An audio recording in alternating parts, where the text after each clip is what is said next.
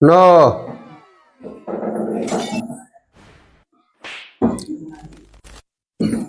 નો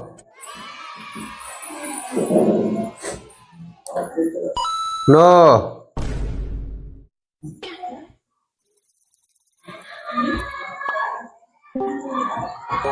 નો નો નો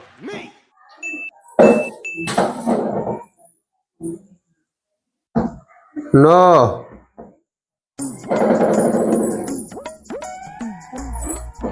નો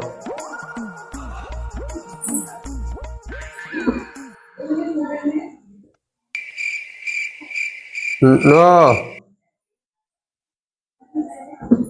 તો મિત્રો તો ફાઇનલી મહાદેવભાઈ જીતી ગયા છે મિત્રો જો બીજી વખત મહાદેવભાઈ જીતી ગયા તો મહાદેવભાઈ 5000 રૂપિયા ઇનામ આપી આપણે ચલો મહાદેવભાઈ 5000 રૂપિયા જીતી જાય જો